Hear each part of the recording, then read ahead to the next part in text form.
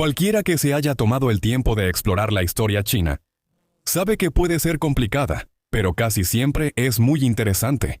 A lo largo de ella podemos encontrar muchos relatos fascinantes y personajes coloridos que a menudo son pasados por alto, desde consortes y emperatrices exiliadas y borradas hasta socialites que se convirtieron en espías. En este video exploraremos todo esto y más. Para nuestra primera historia, vamos a la China del siglo XVIII para investigar la vida de la emperatriz china, que por alguna razón fue borrada de la historia. La mujer conocida en la historia como la emperatriz Nara, o la emperatriz sucesora del clan Nara, probablemente nació en febrero de un año, a finales de la década de 1710 o quizás a principios de la de 1720, aunque algunas fuentes sitúan la fecha el 11 de marzo de 1718. Ella era miembro del clan Ulanara, uno de los principales clanes de la China manchú, la región del país en el noreste, al norte de Corea. Ella pertenecía a la familia Nabu de la bandera azul bordeada aquí, y este fue un periodo en la historia política de China cuando los clanes manchúes dominaban políticamente la China imperial. Gran parte de nuestra información sobre la vida de la emperatriz Nara proviene del borrador de la historia de Qing, una enorme historia de la dinastía Qing. China, el periodo de la historia china desde el inicio de la dinastía Qing en 1644 hasta el final del gobierno imperial en 1911. El trabajo sobre esto comenzó en los primeros años de la República China, a mediados de la década de 1910, y utilizó fuentes que ya no están disponibles. Además, la historia de mediados del siglo XVIII, que se presenta en el borrador de la historia, sigue siendo muy incompleta en algunos aspectos.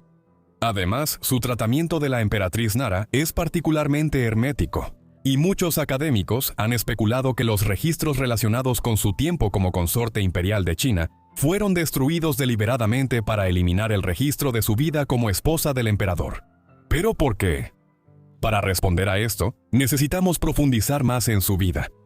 Pero lo que parece claro por la información limitada que tenemos es que la futura emperatriz, la emperatriz, fue nombrada segunda consorte de Hongli, el heredero al trono chino, por su padre, el emperador Yongzheng, en 1735. Esto la puso en posición de convertirse en emperatriz de China algún día, pero como segunda consorte, aún estaría detrás de Fucha, la primera consorte de Hongli. Sin embargo, el hecho de que obtuviera el puesto de segunda consorte a una edad temprana señala la importancia política de la familia Nabu y el clan Ulanara en ese momento. En 1735, el mismo año en que Nara se convirtió en su segunda consorte, Hongli sucedió a su padre como el quinto emperador de la dinastía Qing y nuevo emperador de China. Llegaría a ser conocido como el emperador Qianlong. Su reinado fue trascendental y duró 61 años hasta 1796. Durante su mandato, el imperio chino, que había pasado por un periodo de grandes conflictos internos, guerra civil y decadencia en el siglo XVII, fue completamente rejuvenecido. El esposo de Nara llevó a cabo lo que se conoce como las 10 grandes campañas durante su reinado, durante las cuales extendió el dominio Qing hacia el oeste en Asia Central, conquistando gran parte de lo que ahora es el oeste de China, el Tíbet y Mongolia exterior. Durante los primeros 13 años de su reinado, Nara permaneció como consorte secundaria. Esto se debía a la primacía de la emperatriz Xiao Shangchun, quien gobernó como consorte durante esos años, y quien fue la primera esposa del emperador Qianlong. Su reputación era alta dentro de la sociedad china en ese momento, en parte porque se le consideraba una gran defensora del confucianismo, que su esposo intentaba revivir mediante un programa de construcción.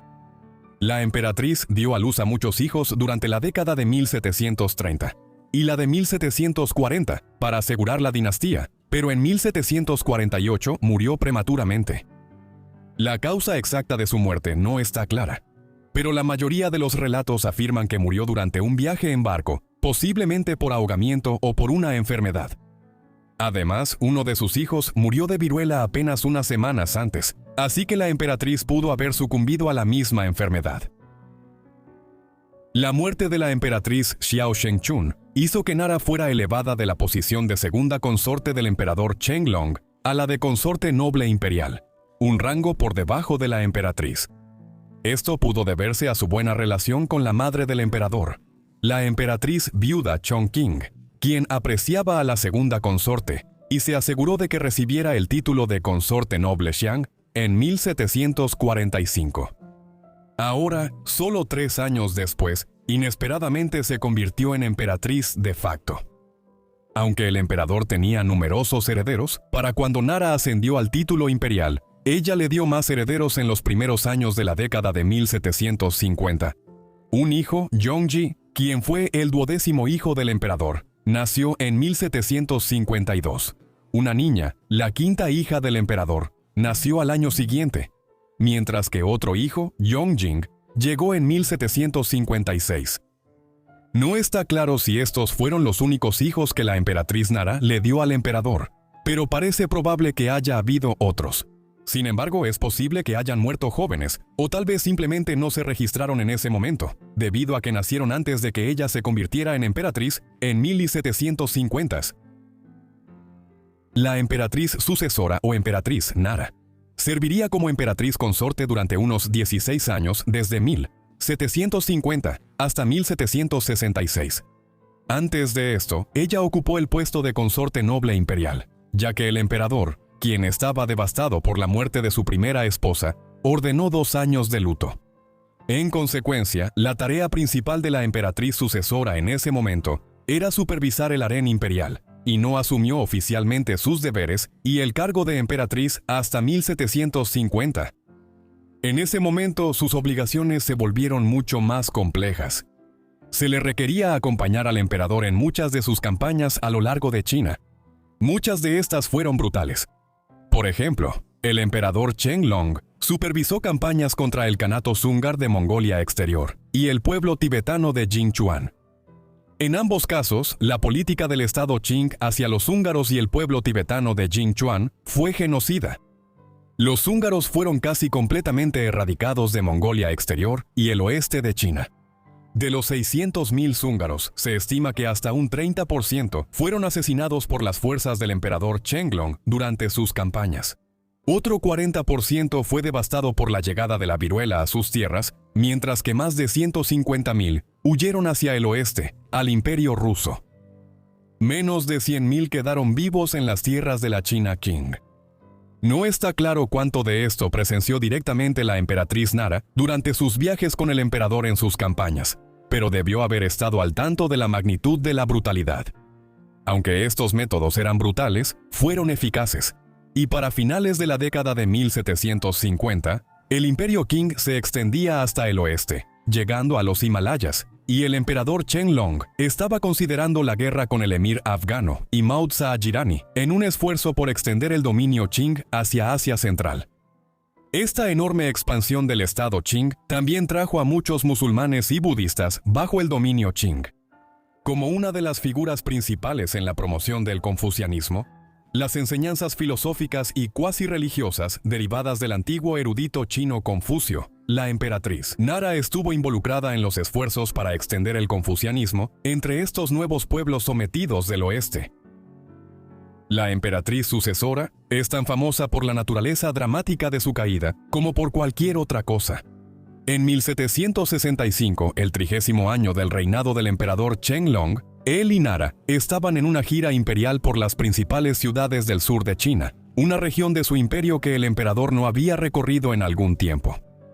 Fue durante este tiempo que Qianlong y Nara probablemente tuvieron una gran pelea.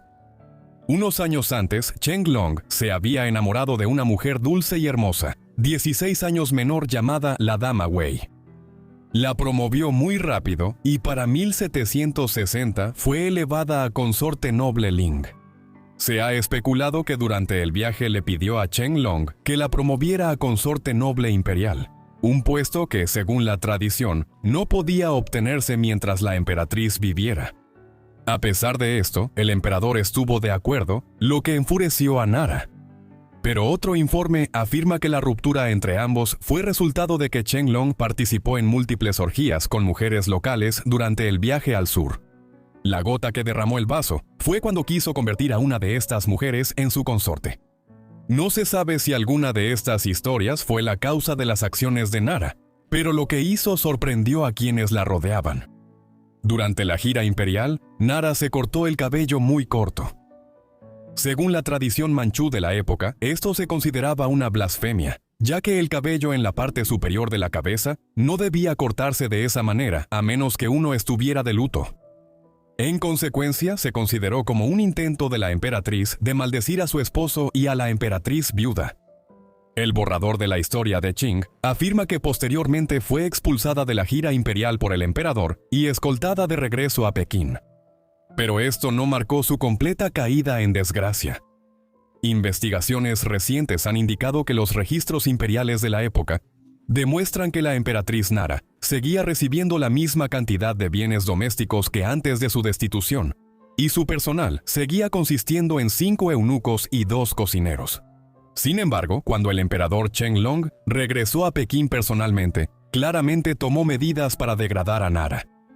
Sus 4 títulos imperiales principales fueron revocados, sus asignaciones domésticas fueron reducidas y su número de sirvientes fue drásticamente disminuido, al que normalmente se le otorgaría a una segunda asistente, el rango más bajo entre las concubinas imperiales. Al mismo tiempo, la consorte noble Ling, la mujer que pudo haber sido en parte responsable de la caída de Nara, rápidamente la reemplazó, convirtiéndose en la consorte noble imperial en 1766. Posteriormente sería conocida como la emperatriz Xiaojun. Se cree que la emperatriz Nara murió el 19 de agosto de 1766, aproximadamente un año después de su caída como emperatriz consorte. Aunque, como ocurre con muchos otros aspectos de su vida, existen relatos contradictorios sobre la fecha de su muerte. La cercanía de su muerte con su destitución como emperatriz consorte ha llevado a la especulación de que su muerte no fue natural, sino que pudo haber sido acelerada por envenenamiento. Lo que está bastante claro es que había estado enferma durante algunas semanas antes, y parece más plausible que su muerte se debiera a alguna enfermedad, aunque la posibilidad de un acto malintencionado no puede descartarse por completo. Aunque es probable que el emperador Qianlong no fuera responsable de su muerte, ciertamente no la lloró de manera evidente. Mientras que el emperador Xiao Xingchun fue llorado durante 2 años tras su muerte en 1748, el emperador ni siquiera se molestó en regresar a Pekín para supervisar la ceremonia fúnebre de su segunda consorte, ya que se encontraba en campaña en el oeste de China. En su lugar envió al hijo adolescente de Nara, Yongji, para que se encargara de los asuntos en la capital. Incluso un funcionario del palacio pidió que se observaran 3 años de luto en honor a la emperatriz. En respuesta, Qianlong lo exilió de por vida. Se llevó a cabo una ceremonia mucho más sencilla en honor a su muerte, la cual no correspondía a los honores de una emperatriz consorte. Su ataúd fue hecho de madera de baja calidad y ni siquiera le dieron su propia tumba. En su lugar fue sepultada junto a otra consorte noble imperial en las tumbas orientales de Qing, un complejo de mausoleos imperiales en Sunhua, aproximadamente a 125 kilómetros al noreste de Pekín. Debido a las circunstancias extraordinarias de su vida y reinado, y al hecho de que mucha información sobre ella no está disponible, que cabría esperar encontrar sobre cualquier emperatriz consorte de la época, muchos han especulado que hubo un esfuerzo activo por borrar la memoria de Nara del registro histórico después de su muerte. En primer lugar, Qianlong no le otorgó a Nara un título póstumo, por eso se le llama la emperatriz sucesora. Además, la cantidad limitada de información disponible sobre su tiempo como emperatriz consorte y el hecho de que su apellido de soltera sea incierto refuerzan aún más esta afirmación. Esto contrasta con su predecesor inmediato y su sucesora, el emperador Xiao Xingchun y la emperatriz Xiao Yichun, cuyos reinados como emperatriz consorte fueron considerablemente más cortos que el de la emperatriz Nara.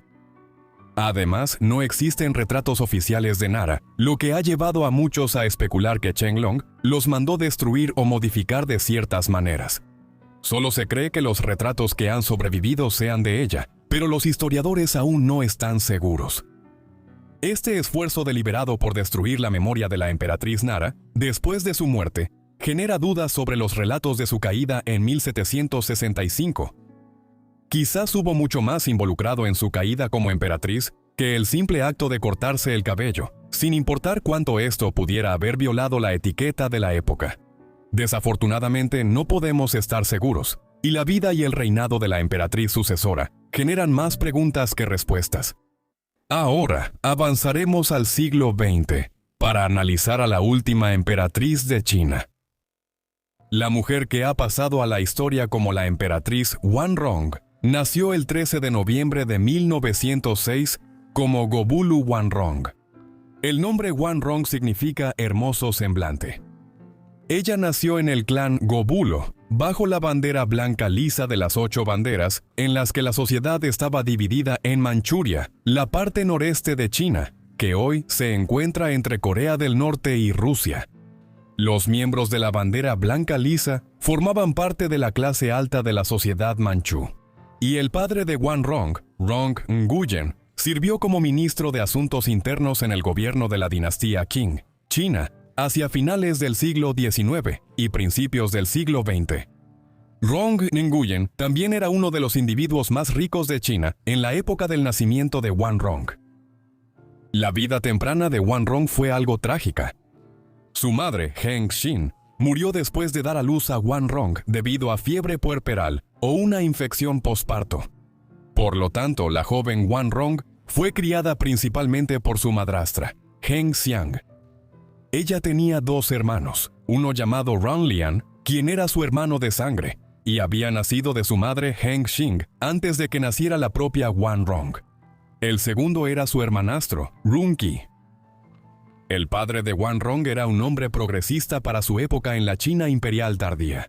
Él creía que su hija debía tener las mismas oportunidades educativas que se les daban a Rongliang y Ronqi. Por lo tanto, fue educada en la escuela misionera de Tianjin por Isabel Ingram, una maestra estadounidense que le enseñó a hablar inglés y muchas actividades culturales occidentales, como tocar el piano y pintar. Los primeros años de Wanrong fueron una época de enormes cambios en China.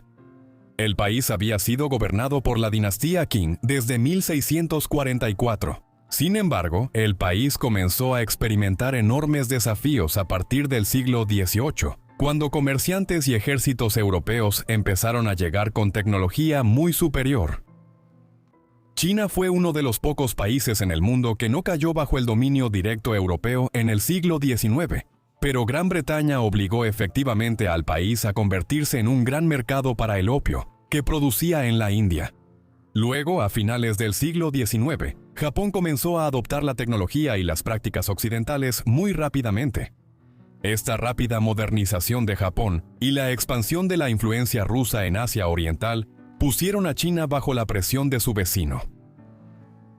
La situación se agravó por el creciente número de problemas internos en China. Un movimiento masivo por la reforma social y política había surgido en los primeros años del siglo XX. Luego, en 1908, solo 2 años después del nacimiento de Wanrong, Gu Guangxu, el emperador Zhai Tian, murió. Fue sucedido por su sobrino de 2 años, el emperador Puyi. Que un infante gobernara mientras China enfrentaba una crisis interna fue desastroso. En octubre de 1911, lo que se conoce como el levantamiento de Wuchang estalló en 14 de las 15 provincias en las que China estaba dividida en ese momento. Como resultado, en pocas semanas la dinastía Qing se vio obligada a abdicar y se estableció una nueva República de China. Sin embargo, esto fue solo el comienzo de una larga y amarga guerra civil, que eventualmente se prolongaría durante casi 40 años. A pesar del establecimiento de la República, a la familia imperial Qing todavía se le permitió conservar sus títulos y privilegios dentro de China, aunque ya no podían gobernar el país. En 1922, el depuesto emperador Puyi, que para entonces ya era un adolescente de 16 años, había decidido casarse, y se le dio permiso para hacerlo. Dentro de la ciudad prohibida de Pekín, la antigua residencia de los emperadores chinos. Para elegir a su primera esposa, al ex emperador se le mostraron 5 fotografías de 5 posibles candidatas. Una de ellas no era otra que la hija del exministro de Asuntos Internos, Wanrong, quien tenía la misma edad que Puyi. Al final, Puyi la eligió entre las 5 candidatas, aunque no fue sino después de algunas discusiones adicionales sobre cuál candidata debía ser elegida. Finalmente se casaron en la Ciudad Prohibida el 30 de noviembre de 1922. Mientras tanto, mientras esto ocurría, China estaba entrando en una nueva etapa de su guerra civil con el crecimiento del movimiento comunista chino. Wanrong parece haber estado muy indecisa acerca de casarse con Puyi, siendo una mujer independiente con sus propias ideas. Ella no deseaba estar confinada en la Ciudad Prohibida con sus arcaicos rituales imperiales. Quizás no sea sorprendente saber que su matrimonio con el último emperador se volvió profundamente infeliz. No tuvieron hijos y a menudo no interactuaban entre ellos durante largos periodos de tiempo. Ella encontró consuelo en otras actividades. Wanrong escribía poesía, era pintora y también participaba en actividades benéficas. Cuando la hambruna azotó China en 1923, ella donó una suma considerable de dinero para los esfuerzos de ayuda, acción que le valió elogios en los medios internacionales. Sin embargo, cada vez más, la manera en que Wanrong lidiaba con su infeliz vida doméstica y matrimonial era a través de actividades menos edificantes. Ella comenzó a fumar opio en ese momento, al principio quizá para lidiar con dolores de cabeza y ansiedad, pero su consumo gradualmente se volvió habitual. En octubre de 1924, a medida que la guerra civil en toda China empeoraba, el poder en Pekín fue tomado por el comandante del ejército, Feng Yuxiang. El 5 de noviembre, él emitió una orden de que el exemperador y su casa imperial ya no podían residir en la Ciudad Prohibida. Fueron expulsados del palacio esa noche, y después de quedarse en algunas residencias temporales, finalmente se establecieron en Tianjin, al sureste de Pekín, en la costa del Mar Amarillo. Por un tiempo vivieron aquí en cierto grado de armonía, habiendo abandonado los símbolos de su pasado imperial y occidentalizando sus nombres a Henry y Elizabeth. Sin embargo, la adicción al opio de Wanrong continuó deteriorándose aún más. A principios de la década de 1930, sus vidas cambiaron drásticamente. En septiembre de 1931, los ejércitos del Japón imperial aprovecharon las aparentemente interminables guerras civiles en China e invadieron la región de Manchuria, en el noreste del país, la tierra ancestral de Wanrong. Japón controlaba Corea desde 1910 y ahora quería incorporar Manchuria a su creciente imperio. El resultado fue una campaña militar rápida. Para febrero de 1932, los japoneses tenían el control total de Manchuria, pero en lugar de anexarla directamente al imperio japonés, se tomó la decisión de establecer aquí un régimen títere. Así, las autoridades japonesas se acercaron a Puyi, y en febrero de 1932 lo instalaron como jefe del nuevo estado títere llamado Manchukuo. A principios de 1934, Puyi y Wanrong serían elevados al rango de emperador y emperatriz de Manchukuo. La vida de la pareja como gobernantes de Manchukuo se volvió sumamente problemática. Sus movimientos eran estrechamente vigilados y controlados por las autoridades japonesas. Puyi se volvió un budista devoto, pasando gran parte de su tiempo en meditación y lectura. Mientras tanto, Wanrong se dedicó a adquirir perros y a confeccionar vestidos. Además, su adicción al opio había aumentado hasta el punto de que, según se informa, fumaba 2 onzas de opio al día. Durante una larga estancia en Japón, tuvo varios romances. Uno de estos romances resultó en el nacimiento de una hija ilegítima. Esto pudo haber sido el catalizador para que Wanrong cayera aún más en la adicción. Cuando las autoridades japonesas se enteraron de que la bebé no era hija de Puyi, tomaron la decisión de matar a la niña, a pesar de las súplicas de Wanrong. Después de eso, el consumo de opio de Wanrong aumentó aún más. Se decía que ahora Wanrong actuaba de manera bastante errática en el palacio imperial, comía en exceso y a menudo no estaba presentable en los eventos oficiales debido a su hábito crónico de consumir opio. Los registros contemporáneos relatan cómo a su padre le resultaba difícil visitarla en ese momento. Bueno, su condición continuó empeorando. Así, el emperador y la emperatriz fueron presentados al mundo como los rostros oficiales del estado de Manchukuo. A puerta cerrada, sus vidas se estaban deteriorando enormemente, atrapados por el gobierno japonés, cuya oferta de renovar sus títulos imperiales habían aceptado. Al final, así como el curso de la política china provocó la destitución de Puyi como emperador de China en 1911 y el exilio forzado de la pareja de Pekín en 1924, fueron los acontecimientos internacionales los que finalmente provocaron su ruina en Manchukuo. En 1939 había estallado la Segunda Guerra Mundial en Europa. Luego, a finales de 1941, Japón entró en guerra con Estados Unidos al atacar Pearl Harbor en Hawái.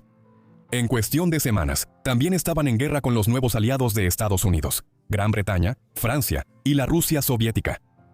Aunque al principio fueron victoriosos, incapaces de expandirse hacia Indochina e incluso al noreste de la India, los japoneses fueron empujados de regreso al Pacífico a partir de 1943 a.C. El final llegó en el verano y otoño de 1945. A principios de agosto, Estados Unidos lanzó bombas atómicas sobre las ciudades de Hiroshima y Nagasaki en Japón. Simultáneamente, los soviéticos invadieron el estado títere de Manchukuo. Cuando lo hicieron, Puyi huyó, dejando atrás a su esposa. Hwangrong ahora entró en el último y desesperado periodo de su vida. A principios de 1946, mientras intentaba escapar por la frontera hacia Corea, fue capturada por los ejércitos de los comunistas chinos, quienes gradualmente estaban tomando el poder en toda China durante el periodo de posguerra. En los meses siguientes, Hwangrong y sus pocos seguidores fueron trasladados entre varias prisiones en la provincia de Jilin. Durante este tiempo, su condición se estaba deteriorando rápidamente. Había entrado en una fuerte abstinencia de opio, ya que se le había cortado el suministro de la droga, y sufría alucinaciones frecuentes y problemas físicos. En consecuencia, la primera esposa del último emperador de China murió por abstinencia y desnutrición el 20 de junio de 1946, a la edad de 39 años. Después de su muerte, recibió póstumamente el título de emperatriz Xiao Kemin, aunque su cuerpo nunca fue recuperado, y el monumento dedicado a ella cerca de Pekín hoy en día es una tumba puramente ceremonial. Bueno, su cuerpo no está sepultado ahí. Su esposo Puyi también fue arrestado y pasaría 10 años en prisión bajo los comunistas chinos. Se casó 4 veces más adelante en su vida, y en 1964 escribió una autobiografía. Esta última obra formó la base de El último emperador, una película dirigida por Bernardo Bertolucci, que ganó 9 premios de la Academia en 1987, inmortalizando la historia de Puyi y Hwangrong, el emperador y la emperatriz de Manchukuo. A continuación profundizaremos en la vida de la rival de la última emperatriz, la consorte secundaria de Puyi. Wen Shou nació el 20 de diciembre de 1909 en Pekín como miembro del clan Erdat y de la bandera amarilla bordeada de los manchúes. La familia tenía un alto rango dentro de la nobleza de Mongolia Exterior, pero era menos importante dentro de la jerarquía más amplia de la aristocracia de la China Qing. Su padre era Duan Gong, una figura de rango medio en la corte imperial Qing, a finales del siglo XIX y principios del siglo XX. El nombre de cortesía de Wen Shou era Huixing, aunque una vez que comenzó a asistir a la escuela, le dieron el nombre de Fu Unfang para que sonara más china. Mongolia Exterior, de donde provenía el clan Erdok, formaba parte de la China Qing en ese momento, aunque su gente conservaba su propia cultura y constantemente se hacían esfuerzos para que familias como la de Wen Xiao fueran más chinas, dándoles nombres chinos e imponiéndoles modales chinos. En la escuela ella sobresalía, pero como veremos, su tiempo en la educación formal se vería muy reducido antes de que siquiera entrara en la adolescencia. Gran parte del rumbo de su vida estuvo ligado al tumultuoso panorama político de China durante la primera mitad del siglo XX. En la época del nacimiento de Wen Xiao, China, junto con Mongolia Exterior y Manchuria en el noreste del país, estaban experimentando un cambio profundo. La vasta nación había sido gobernada por la dinastía Qing desde mediados del siglo XVII, pero se había debilitado constantemente desde principios del siglo XIX, cuando Gran Bretaña y luego otras potencias occidentales comenzaron a intervenir en los asuntos del país. Aunque China mantuvo en gran medida su independencia política, a partir de la década de 1870, estuvo bajo una presión creciente de su vecino del este, Japón, que tras la llamada restauración Meiji de la década de 1860, se había modernizado y adoptado métodos militares y políticos occidentales muy rápidamente. Pronto, el emergente imperio de Japón empezó a hacer sentir su presencia en la península de Corea. Y en 1894, estalló una breve guerra, la Primera Guerra Sino-Japonesa, entre Japón y China, en la que Japón reemplazó a China como la potencia predominante en el Mar Amarillo. Así que para cuando Wen Xiao nació, la posición de China en Asia Oriental y su relación con Japón se estaban volviendo cada vez más precarias. Esta inestabilidad en los asuntos exteriores agravó los problemas internos de China.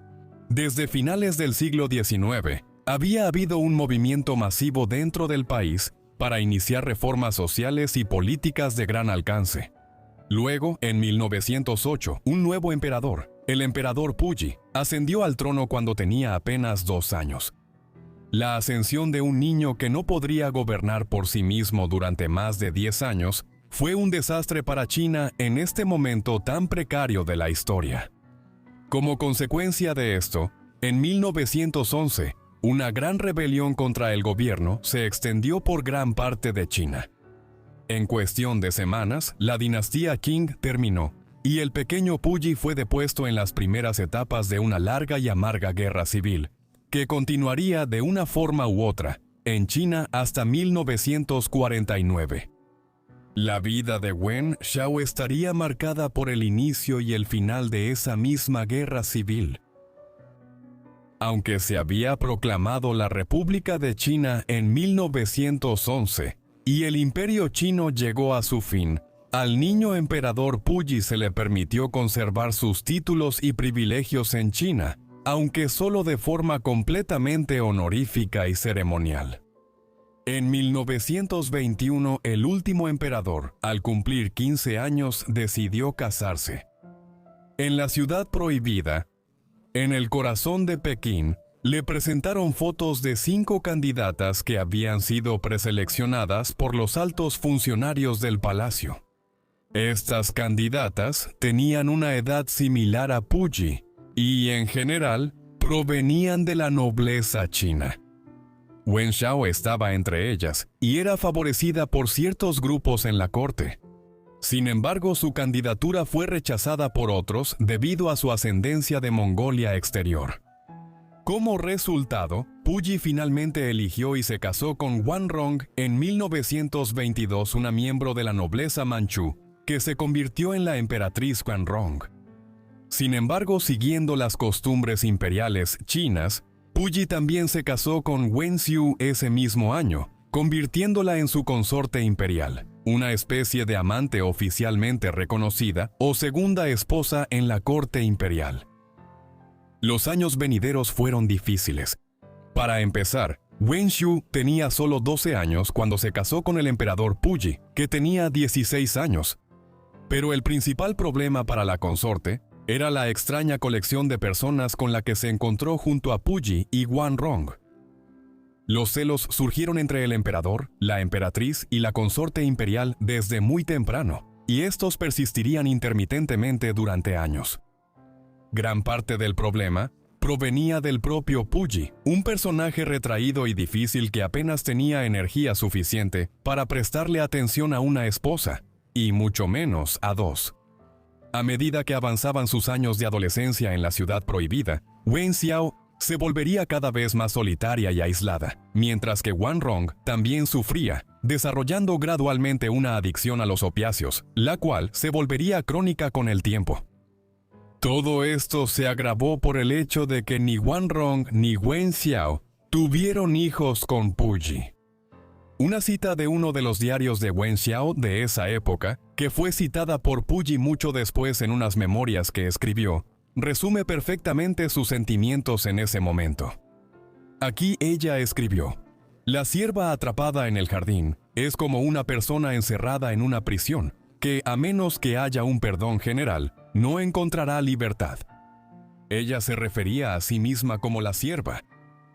Además, Wanrong no podía soportar el hecho de que Puyi tuviera otra esposa, por lo que a menudo se burlaba e insultaba a la joven Wen Xiao. Para tener una mejor idea de su tiempo en la ciudad prohibida, podemos ver uno de los relatos de Wen Xiao, donde afirma que había un generador en el palacio, pero que a menudo se descomponía, y era común que hubiera cortes de energía. Puyi no vivía con su emperatriz ni con su consorte, así que yo tenía que vivir solo en el espacioso palacio Changchung. Las noches eran tan largas y tan horribles, y la soledad en mi corazón era difícil de disipar. Encendí una vela y me quedé frente a una lámpara solitaria, esperando hasta que la vela se consumiera casi por completo. Cuando la mecha se alargaba y la sombra de la luz empezaba a moverse, tomaba unas tijeras para cortar la mecha y hacerla más corta. Un sentimiento de sentimentalismo indescriptible me invadió, y pensé que yo era como esta vela medio consumida, cuyas lágrimas pronto se acabarían y cuya vida se convertiría en humo. ¿Era esto realmente un palacio de magnificencia? Quizás solo era una tumba macabra. Sin embargo, su situación solo empeoró. En octubre de 1924, tras una escalada de disturbios civiles en toda China, el poder en Pekín fue tomado por un comandante del ejército llamado Feng Yujiang. Solo unas semanas después, exilió a Puyi y con él a la familia imperial, incluyendo a Wen Xiao, a Tianjin, en la costa del Mar Amarillo al sureste de Pekín. En 1924, esto era una concesión japonesa, tierras que el gobierno chino había cedido efectivamente a Japón como precio para evitar una guerra a gran escala que China no podía esperar ganar. Fue aquí donde Wen Xiao pasaría sus últimos años como consorte imperial. Para un observador externo, la vida de Wen Xiao en Tianjin no era especialmente difícil. Los miembros de la familia imperial, aunque carecían de poder político, no tenían necesidades materiales. Y tanto la emperatriz como la consorte imperial podían comprar casi todo lo que quisieran. E incluso podían traer las últimas modas europeas a Tianjin. Sin embargo, la vida en la concesión se había vuelto cada vez más difícil para Wen Xiu. Mientras Puyi y Wanrong se fueron acercando un poco más con el tiempo en la segunda mitad de los años 20, el emperador ignoraba cada vez más a su consorte en un sentido muy literal. Aunque vivían en el mismo edificio, a veces pasaba largos periodos de tiempo sin interactuar con su esposo de ninguna manera.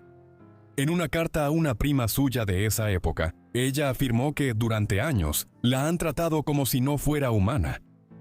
Aquí también describe su habitación como una prisión y la corte como llena de personas que la trataban como una provinciana atrasada que no entendía la etiqueta imperial.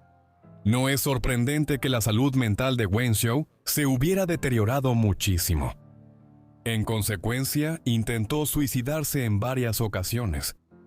Por ejemplo, una noche el emperador y Wanrong estaban celebrando un festival chino en Tianjin.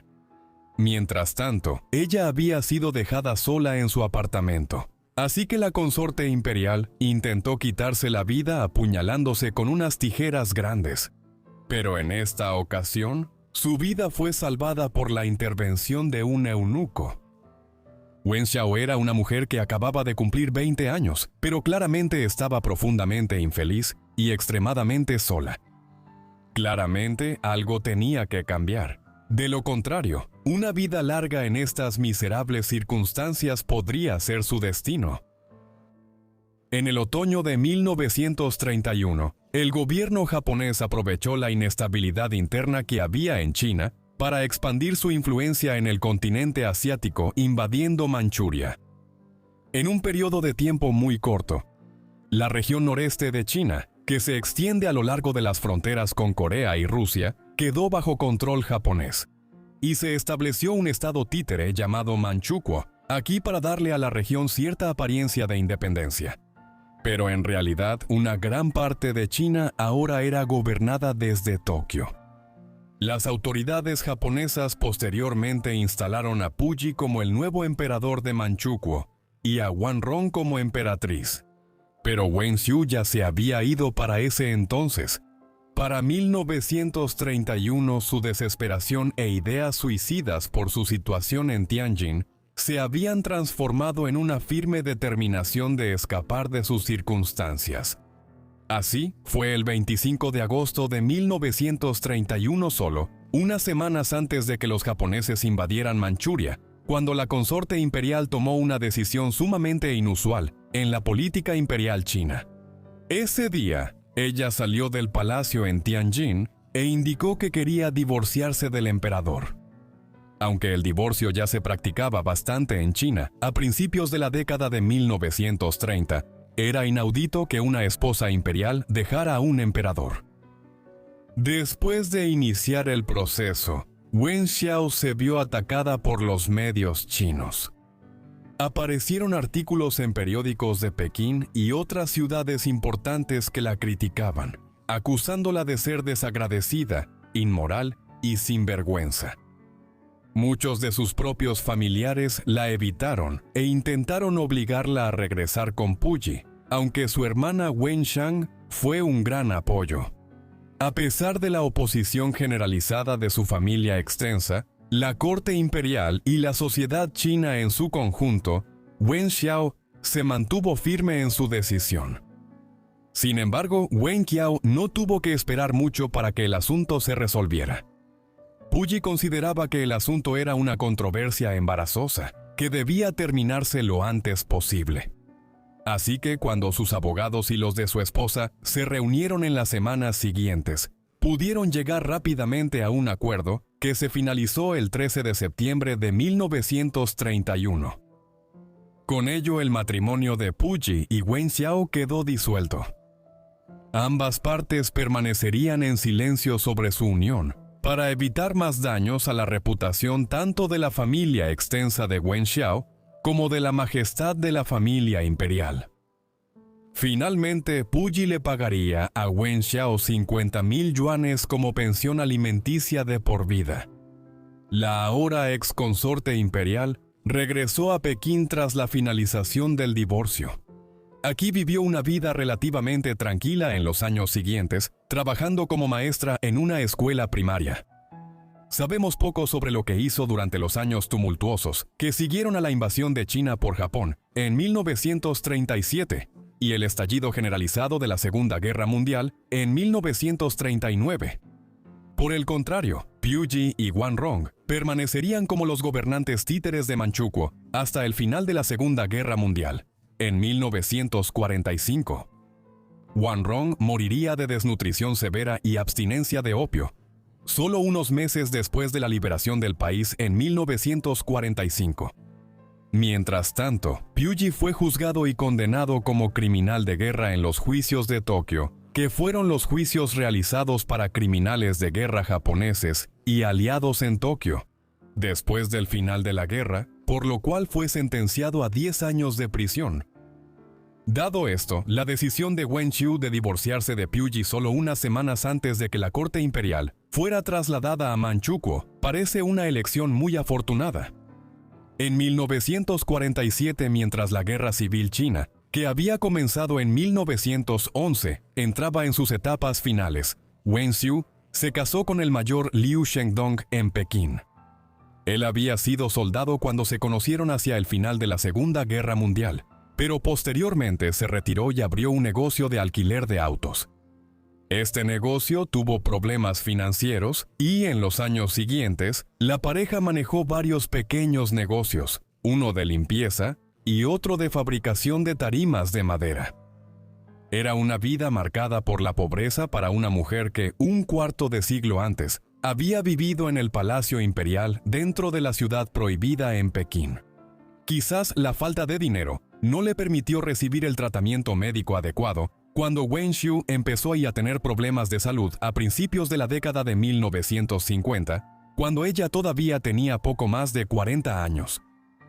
Como resultado de esto, ella murió bastante joven el 17 de septiembre de 1953. A la edad de 43 años, muy probablemente por un infarto de miocardio o ataque al corazón.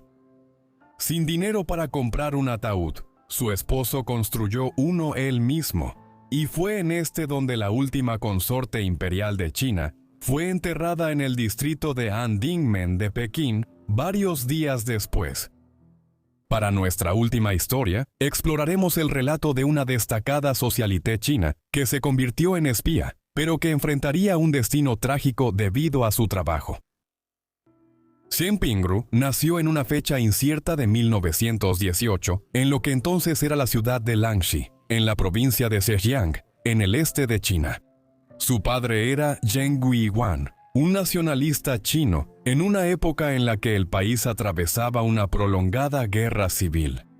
China había estado sacudida por la inestabilidad política durante décadas, desde que los británicos intervinieron aquí en las llamadas guerras del opio del siglo XIX.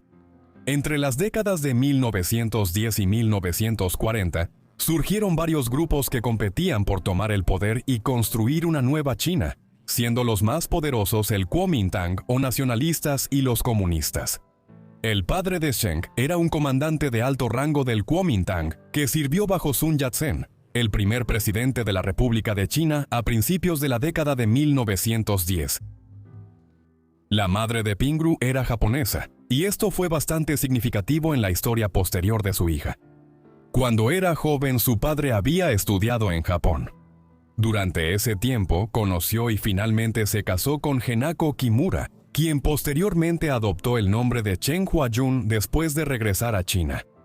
Tuvieron 5 hijos. Pingru era la segunda de sus 3 hijas. El trasfondo familiar de Pingru es significativo en su historia, ya que la etnia y la nacionalidad de su madre hicieron que así fuera. Aprendió a hablar japonés con fluidez durante su juventud, una característica que se volvería importante en la década de 1930. Después de que regresaron a China, el padre de Chen Pingru asumió un puesto de profesor en la Universidad Fudan, en la ciudad de Shanghái, una universidad que había sido fundada en 1905. Sin embargo, Pingru no estudió allí en sus primeros años de adultez, y en su lugar estudió en el Colegio de Política y Derecho de Shanghái. La familia Zheng no era una familia pobre ni desconocida en la sociedad de Shanghái. En las décadas de 1920 y 1930, cuando Pingru llegó al final de la adolescencia y al comienzo de sus 20 años, comenzó a asistir regularmente a eventos sociales importantes en la ciudad. En estos eventos era celebrada por su belleza, que era bastante única en ese momento debido a su herencia mixta china y japonesa. Una señal de su creciente reputación como socialité de Shanghái se vio en 1937 cuando tenía solo 19 años. Bueno, le pidieron aparecer en la revista Liangyu, o The Young Companion, una revista ilustrada chino-inglés que se publicaba en Shanghái desde mediados de la década de 1920. Liangyu era, en efecto, el equivalente en el Shanghái de los años 30 a la revista Cosmopolitan. Informes posteriores sugerirán que ella era sexualmente promiscua y que tuvo muchos amantes a finales de la década de 1930, pero esto se puede descartar en gran medida, y solo hay evidencia de que Pingru tuvo un solo novio por un corto periodo de tiempo en sus primeros años de adultez. En cualquier caso, la vida de Pingru pronto se vio entrelazada con los traumáticos acontecimientos políticos que estaban sacudiendo el este de Asia en ese momento. Desde principios del siglo XX, el Imperio de Japón había estado aumentando su poder en la región del Pacífico Occidental, primero anexando efectivamente Corea y luego interviniendo en China. Luego, en 1931, Japón invadió Manchuria y estableció un estado títere llamado Manchukuo, en lo que ahora es el noreste de China. Conflictos esporádicos estallaron entre China y Japón desde 1931 en adelante, pero estos no se expandieron más allá de escaramuzas fronterizas y tensiones diplomáticas. Sin embargo, para la mayoría de los observadores, estaba claro que la guerra entre ambas naciones era inevitable. A pesar de la herencia de su madre, la familia de Pingrú se oponía a las agresiones japonesas contra China. Y ya en 1932, cuando apenas estaba entrando en la adolescencia, Pingrú participó en una protesta en Shanghái contra el expansionismo japonés en el norte de China. Luego, el conflicto inevitable finalmente llegó en 1937. Un incidente conocido como el incidente del puente Marco Polo, en julio de ese año, fue aprovechado por el gobierno japonés como excusa para iniciar la Segunda Guerra Sino-Japonesa. China, un país que no logró modernizarse lo suficientemente rápido, ni crear un estado poderoso y centralizado al estilo occidental, como lo había hecho Japón desde el siglo XIX, tenía pocas posibilidades. Y en unos pocos meses, las principales ciudades de Pekín, Shanghái y Nankín habían sido capturadas y ocupadas por las fuerzas japonesas. Sin embargo, al igual que en Manchuria, los japoneses no anexaron oficialmente el este de China, sino que crearon un gobierno provisional de la República de China como un régimen títere. Esto posteriormente sería conocido como el Gobierno Nacional reorganizado en 1940, o el régimen de Wang Jingwei, por su principal colaboracionista pro-japonés. Estos gobiernos estaban formados por colaboradores chinos que gobernaban efectivamente el este de China en interés del gobierno del emperador en Tokio. Tras la caída de Shanghái en noviembre de 1937, Shen se unió al creciente movimiento de resistencia china y se convirtió en un espía nacionalista encubierto. Además, ella tenía un valor especial para las unidades de combatientes de la resistencia dentro de la ciudad. Bueno, debido a que su madre era de Japón, Pingrú hablaba japonés con fluidez. Esto significaba que ahora podía aprovechar esta habilidad como espía, infiltrándose y tomando nota de las conversaciones entre oficiales y soldados japoneses que ocupaban la ciudad. Pero trágicamente, esto pronto la involucraría en una conspiración que haría que su vida terminara de manera extremadamente prematura. El complot de asesinato con el que Shen Pingrú quedaría tristemente asociado a finales de la década de 1930 tenía como objetivo a Ding Molken. Ding había sido un político en la República de China durante la década de 1920 y principios de la de 1930. Pero tras la ocupación japonesa de gran parte del país en la década de 1930, se unió a la policía secreta del gobierno nacional, reorganizado y colaboracionista. En este cargo estuvo activo en Shanghái y había establecido una sede en el número 76 de la calle Yesiu, en la ciudad donde comunistas y otros opositores al régimen de Wang Jingwei eran encarcelados e interrogados. Fue porque se conocía su papel en esto que Molken fue seleccionado como objetivo para un asesinato por parte de luchadores de la resistencia nacionalista en Shanghái en 1939. Pingrú se involucró en el complot contra Molken casi por casualidad. Muchos años antes, él había sido el director de su escuela secundaria en Shanghái, y sus contactos en la ciudad entre la resistencia ahora decidieron que esta forma de conexión podría reavivarse como un medio para engañar y acercarse a Molken. Durante 1939, se organizaron varios encuentros supuestamente casuales entre ambos en las calles de Shanghái, o en compromisos sociales y otros eventos en la ciudad. En el transcurso de estos encuentros, Pingrú comenzó a seducir a Molken, y en poco tiempo, el hombre mayor cayó rendido ante sus encantos. Así, para el otoño de 1939, Pingrú ya tenía una relación con Molken y podía informar sobre sus movimientos y acciones.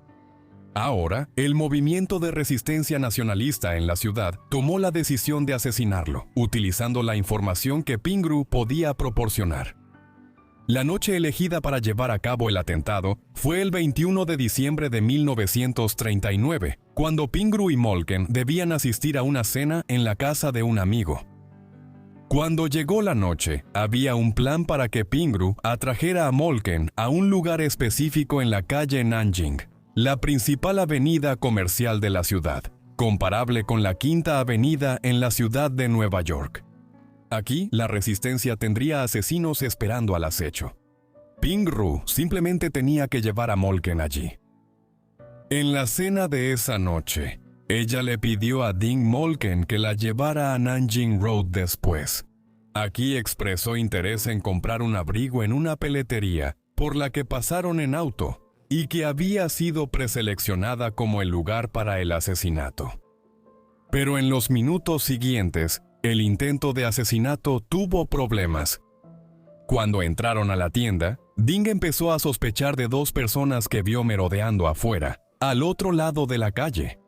Cuando salió abruptamente de la tienda y corrió de regreso a su auto, los asesinos se lanzaron hacia él e intentaron dispararle.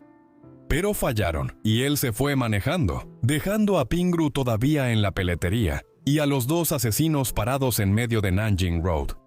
Así, el asesinato había fracasado.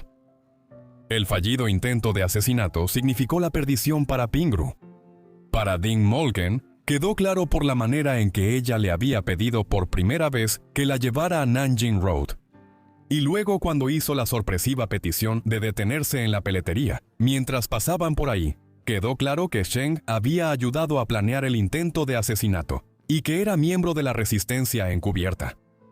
Así que poco después del incidente, le envió un mensaje para que lo visitara en su cuartel general en Jesfield Road, pero antes de que Sheng pudiera siquiera entrar al edificio, fue detenida por la policía secreta. Pasó varias semanas bajo confinamiento, antes de que el régimen colaboracionista de Wang Jingwei tomara la decisión en febrero de 1940 de ejecutarla. Fue asesinada en el oeste de Shanghái y posteriormente enterrada en el cementerio Fushuyuan de la ciudad. Debido a su corta edad al morir, apenas 22 años, nunca tuvo hijos, y muchos de sus familiares murieron durante los años de la guerra, antes de que China fuera finalmente liberada, en 1945. Como nacionalista comprometida, su madre se mudó a Taiwán junto con los restos del movimiento nacionalista, después de la toma final del poder por parte de los comunistas en toda China continental, en 1949. Molken llegaría a ocupar altos cargos dentro del régimen en los años siguientes, ascendiendo primero al puesto de ministro de Asuntos Sociales y luego al de ministro de Transporte dentro del gobierno nacional reorganizado. Pero no sobreviviría al final de la guerra ni al colapso del dominio japonés en China. Fue arrestado en septiembre de 1945, solo unas semanas después de la rendición del Imperio de Japón ante Estados Unidos. Acusado de traición, se declaró culpable con la esperanza de recibir una condena más leve. Pero en julio de 1947, de todas formas, fue ejecutado en una prisión de Suzhou. Por su papel en el intento de asesinarlo en el invierno de 1939, Pingrú tiene la rara distinción de haber sido honrado tanto por la China comunista como por su acérrimo enemigo, Taiwán, donde los remanentes del movimiento nacionalista, del cual Pingrú había sido miembro, trasladaron el gobierno de la República de China en 1949. La historia de Pingrú es bastante conocida en el mundo moderno debido a que fue la inspiración para la novela corta de 1979 Lujuria Precaución, escrita por Aileen Chang, una escritora chino-estadounidense. Chang nació en 1920, solo 2 años después de Pingrú, y pasó su juventud en Shanghái antes de abandonar la ciudad durante la ocupación japonesa. Así que ella tuvo experiencia directa de los acontecimientos que dieron forma a la vida de Pingrú. El libro fue posteriormente adaptado al cine en una película de 2007 dirigida por Ang Lee y también llamada Deseo Peligro. Aunque Pingrú está vagamente disfrazada tanto en la novela de Shang como en la película como un personaje llamado Wang Jiaiji o Wang Chiei-chi, no hay duda de que Chang se basó en Pingrú. La adaptación cinematográfica de Lee ganó el León de Oro en el Festival de Cine de Venecia, y el reconocimiento ha hecho que la historia de Pingrú sea conocida por muchas más personas de lo que habría sido de otra manera. Muchas gracias a todos por ver este video sobre estos cuentos e historias chinas. Espero que les haya parecido interesante. Díganme qué les parecieron estas historias en los comentarios de abajo. Y si tienen alguna otra sugerencia, asegúrense también de dejarla en los comentarios. Si quieren más historias chinas u orientales, también háganmelo saber y, de cualquier manera, espero que estén suscritos y tengan las notificaciones activadas para recibir todos mis videos tan pronto como los suba. De cualquier manera, eso es todo de mi parte, así que los veré a todos en la próxima entrega de Vidas Olvidadas. Gracias.